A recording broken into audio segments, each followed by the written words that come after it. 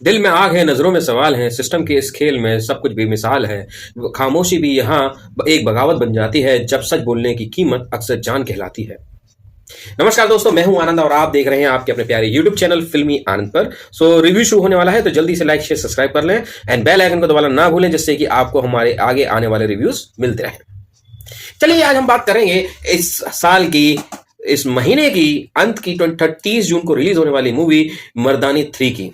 जी हाँ, इस मूवी को मैं देख के आया हूं और ये मूवी में कुछ कमियां हैं, कुछ अच्छाइयां हैं। क्या है इस मूवी के बारे में सब आगे जानते हैं। तो चलिए बिना समय गवाए रिव्यू स्टार्ट करते हैं। मर्दानी 3 का सफर शुरू होता है सन 2014 की मर्दानी मूवी से। ये मूवी का ये तीसरा पार्ट है। मर्दानी 3, मर्दानी 1, मर्दानी 2। रानी मुखर्जी सबसे शानदार एक्टिंग के नमूने रहे हैं। रानी मुखर्जी एक शिवानी शिवाजी रॉय के एक फीमेल कॉप के रूप में उभर कर सामने आई हैं और ये फिल्म जो सिर्फ क्राइम से नहीं बल्कि सोसाइटी के गहरे जख्मों से लड़ती है। इस सीक्वल में भी वही ह्यूमन ट्रैफिकिंग और क्राइम की डार्क दुनिया है, जहां शिवानी रॉय अपनी इंटेलिजेंस और शक्ति से एक हाई प्रोफाइल किडनैपिंग केस से लड़कर भिखारी माफिया और ऑर्गन ट्रैफिकिंग नेटवर्क तक पहुंचती हैं। कहानी का पल्स पहला हाफ काफी इंगेजिंग है और स्टोरी धीरे धीरे ओपन होती है और सस्पेंस बिल्ड भी होता है और ऑडियंस को हुक भी रखती है। लेकिन जैसे ही फिल्म का क्लाइमेक्स की तरफ बढ़ती है, वहीं उतनी डेप्थ नहीं पकड़ पाती जितना बाकी दो मर्दानी जो मूवी आई थी, मर्दानी 1 मर्दानी 2 ने इन्होंने पकड़ की थी। क्लाइमेक्स थोड़ा जल्दी रैप अप कर दिया ऐसा मुझे लगा है। जितना इमोशनल कनेक्ट होना चाहिए था उतना हुआ नहीं है। ये मुझे हल्का मतलब पड़ता हुआ नजर आया है। अगर वही एक्शन की बात करते हैं तो मल्लिका प्रसाद एज अ अम्मा बिल्कुल अपने पावरफुल विलन के कैरेक्टर से उभर कर आई हैं। उनका स्क्रीन प्रेजेंस जेन्युइनली डराता है। वहीं अगर रानी मुखर्जी की बात करें तो पहले दो पार्ट में रानी मुखर्जी जो जिनके उनके अंदर जो फायर थी, मुझे लगता है या तो उम्र पे इस पड़ाव में आते हुए उनकी जो फायर वो लगता है कम हो गई है, या फिर कुछ सीन्स ऐसे उनके दिखाए गए हैं जो उतनी परफॉर्मेंस थोड़ी लाउड ड्रामेटिक लाउड मुझे कम लगी है, लेकिन कहीं जगह लाउड लगी है और कुछ जगह ड्रामेटिक ज्यादा लगी है। ओवरऑल जो 1 और 2 के अगर कंपैरिजन करता हूं तो रानी मुखर्जी परफॉर्मेंस इस फिल्म में मुझे उतनी खास ज्यादा नहीं लगी है जितनी पहले 1 और 2 जो उन्होंने अपना मुझे फैन बनाया था इन दोनों मूवी के लिए। इस मूवी 3 के लिए मैं बहुत काफी समय से इंतजार कर रहा था, जब से पता चला कि 3 अंडर प्रोसेसिंग है। सच में बहुत इंतजार किया इस मूवी का और इसका जो ट्रेलर जब देखा तो सच में हिल गया था, लेकिन जब मूवी देखी तो उसने मुझे थोड़ा सा कहीं ना कहीं रानी मुखर्जी ने मुझे निराश किया अपनी एक्टिंग से। वहीं फिल्म में बात करते हैं जानकी बोरीवाला की, जो सिंसियर है लेकिन उनको उनकी जो क्या कहते हैं उनका कैरेक्टर जो लिखा है राइटर ने, सच में उनको अच्छी तरह इस्तेमाल नहीं किया। वो भी सच में बहुत ही निखरती हुई अदाकारा है, बहुत अच्छी उम्दा एक्टर है वो भी। उनका कैरेक्टर कुछ और भी ज्यादा इंटेंस और डीप लिखा जाना चाहिए था, जो कि नहीं लिखा गया। ये भी एक कमी रही है। वहीं इनके डायरेक्शन और सिनेमेटोग्राफी की अगर बात करें तो डायरेक्शन सच में डिसेंट है और लेकिन फ्रेंचाइजी का रॉ और रियलिस्टिक फील थोड़ा सा कम हो गया है। सिनेमेटोग्राफी स्ट्रांग है, डार्क टोन है, सिटी के अंडर वैल्यू और क्राइम वर्ल्ड को जो विजुअली अच्छे से कैप्चर किया गया है वो सच में लाजवाब है। वहीं बैकग्राउंड स्कोर की अगर बात करता हूं तो बीजीएम तो हमेशा थ्रिलर की जान रहा है, यहां पर भी काफी इफेक्टिव है। स्पेशली अम्मा के जब सीन में जो साउंड डिजाइन है ना, वो सच में टेंशन और फियर को फील कराता है, नेक्स्ट लेवल पे ले जाता है। शिवानी के एक्शन में जो मूवमेंट में सिग्नेचर थीम एनर्जी सच में देता है, ये बहुत अच्छा है। उसमें मतलब एक पॉइंट है जो एक बहुत अच्छा है, लेकिन अब जो अच्छे पॉइंट तो हो गए, अब चलिए नेगेटिव पॉइंट की बात करते हैं जो सच में इस बार मुझे काफी निराशा हुई है मूवी में। और मुझे काफी मैंने पॉइंट्स बनाए, नोट किए थे, बनाए भी, नोट भी किए, बनाए भी।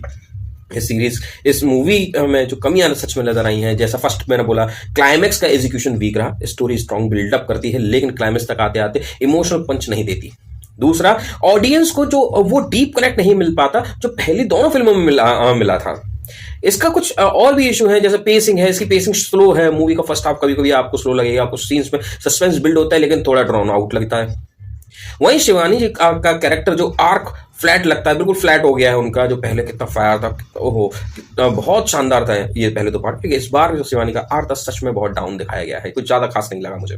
पहले दोनों पार्ट में शिवानी एक रॉ एज और इमोशनल डेप्थ था उनके कैरेक्टर में, यहाँ पर उनके कैरेक्टर पर पकड़ बहुत ठंडी और कुछ कहते हैं प्रिडिक्टेबल भी रहा है, ज्यादा इंपैक्टफुल नहीं लगा। स्क्रीन प्ले की अगर बात करते हैं तो प्रिडिक्टेबल फैक्टर है, आप थोड़ा सा मूवी देखेंगे तो आपको पता चलता जाएगा कि इसमें अब ये होगा, इसमें ये होगा। इसका थ्रिलर के जो जॉनर में भी आपको कुछ टर्म सरप्राइजिंग भी नहीं लगेंगे। जैसे थ्रिलर में जॉनर में हमेशा लगते हैं कि यार क्या हुआ, ये तो पता ही नहीं था ये भी होगा। अब जैसे जानकी बूंदीवाला का कैरेक्टर की देख ले, वो लिखा तो गया है लेकिन उतनी डेप्थ में उनको इंपॉर्टेंस नहीं दी गई। यहां पर भी ये मतलब कुछ फायदा लिया नहीं है। कुछ इंपॉर्टेंट कैरेक्टर्स को स्क्रीन स्पेस में डेवलपमेंट ही नहीं मिला उनको। डायलॉग्स कभी कभी ओवर ड्रामेटिक लगते हैं, स्पेशली रानी मुखर्जी के कुछ सीन्स में लाउड डायलॉग का फील थोड़ा अननेचुरल है। रियलिस्टिक कॉप थ्रिलर वाइब को तो थोड़ा ब्रेक करता है। वहीं इसका जो विलेन बैक स्टोरी थोड़ी सी शॉर्टफॉल रही है। अम्मा का जो पोर्ट्रेल जो था वो बैक स्टोरी और मोटिवेशनल एक्सप्लोर हो सकती थी, जो कि नहीं की गई। वहीं और भी बात करते हैं तो पहली जो फिल्म के जो विलेंस की कॉम्प्लेक्सिटी यहां जो थी वो थोड़ी सी कम लगी है। इमोशनल कनेक्ट पार्शियल है, जैसे कि मिसिंग गर्ल केस जो शुरू में स्ट्रांग लगेगा बट इमोशनल पेस जो है वो लॉस कर लेता है। वहीं अगर व्यूअर्स को शिवानी का पर्सनल लाइक स्टेक्स तक उनका डीप कनेक्ट नहीं हो पाता है। टोन की अगर बात करते हैं, टोन कंसिस्टेंसी थोड़ी सी ऑफ हो जाती है। कभी मूवी जो है ग्रिटी रियलिस्टिक फील कराती है तो कभी सिनेमैटिक ड्रामेटिक मोड में शिफ्ट हो जाती है। इससे ओवरऑल टोन थोड़ा सा इनकंसिस्टेंट लगा है।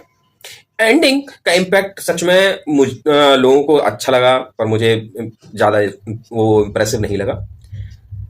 और क्लाइमेक्स में जो टेंशन बिल्ड नहीं होनी चाहिए थी वो एटलीस्ट मिनिमम लेवल तो होना ही चाहिए था, यहाँ तो मैक्सिमम लेवल तक नहीं पहुंची।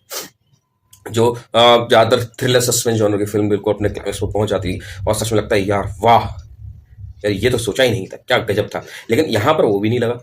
तो ओवरऑल देखा जाए तो मर्दानी एक dark issue based crime thriller film है जो one time watch definitely, specially आप अगर रानी मुखर्जी के फैन हैं या थ्रिलर आपको पसंद करते हो तो आप अपनी पहली दो फिल्मों की तरह ये इम्पैक्ट नहीं छोड़ेगी, इस बात को उम्मीद लेके मत जाइएगा। और वैसे अगर आपको देखना है इस मूवी को आप देख सकते हैं, अच्छी फिल्म है जो सोशल इश्यूज को दिखाया गया है, जो क्राइम आजकल चल रहे हैं, जिस तरह से बच्चियों का अपहरण हो रहा है, ये सारी चीज ये थोड़े से ये सोशल जो ये चीज लेके आए हैं ये अच्छा है। लोग अवेयर हो रहे हैं, कॉमन चीज है, ये सब चीजें आजकल न्यूज में भी आ रहा है, मूवीज में भी दिखा रहे हैं, अच्छा वो लगा मुझे। लेकिन जो इम्पैक्ट होना चाहिए था, जितनी मेरे को उम्मीद थी इस मूवी से, मर्दानी 3 से, डेफिनेटली वो मेरे को निराशा मिली है मुझे यहाँ से। सो कहना चाहूंगा ये कहानी सिर्फ हार जीत की नहीं, ये जंग उस सोच की है जो बिक जाती है कहीं और जो आखिरी तक खड़ा रहे वही कहलाता है असली इंसान। अंत में आप लोगों के लिए एक सवाल कहूंगा, क्या आपको लगता है कि शिवानी शिवाजी रॉय का कैरेक्टर अब उतना पावरफुल रहा है जितना पहले था, या इस पार्ट में उनकी पावर थोड़ी सी आपको कम लगी है? तो कमेंट में जरूर बताइए, मैं कमेंट जरूर पढ़ता हूं। तो दोस्तों ये था मेरा फिल्म का ऑनेस्ट रिव्यू। मैं हूं फिल्मी आनंद, सिनेमा के साथ जल्दी वापस लेके आऊंगा, तब तक लाइक शेयर सब्सक्राइब करें। दिस इज फिल्मी आनंद साइनिंग ऑफ।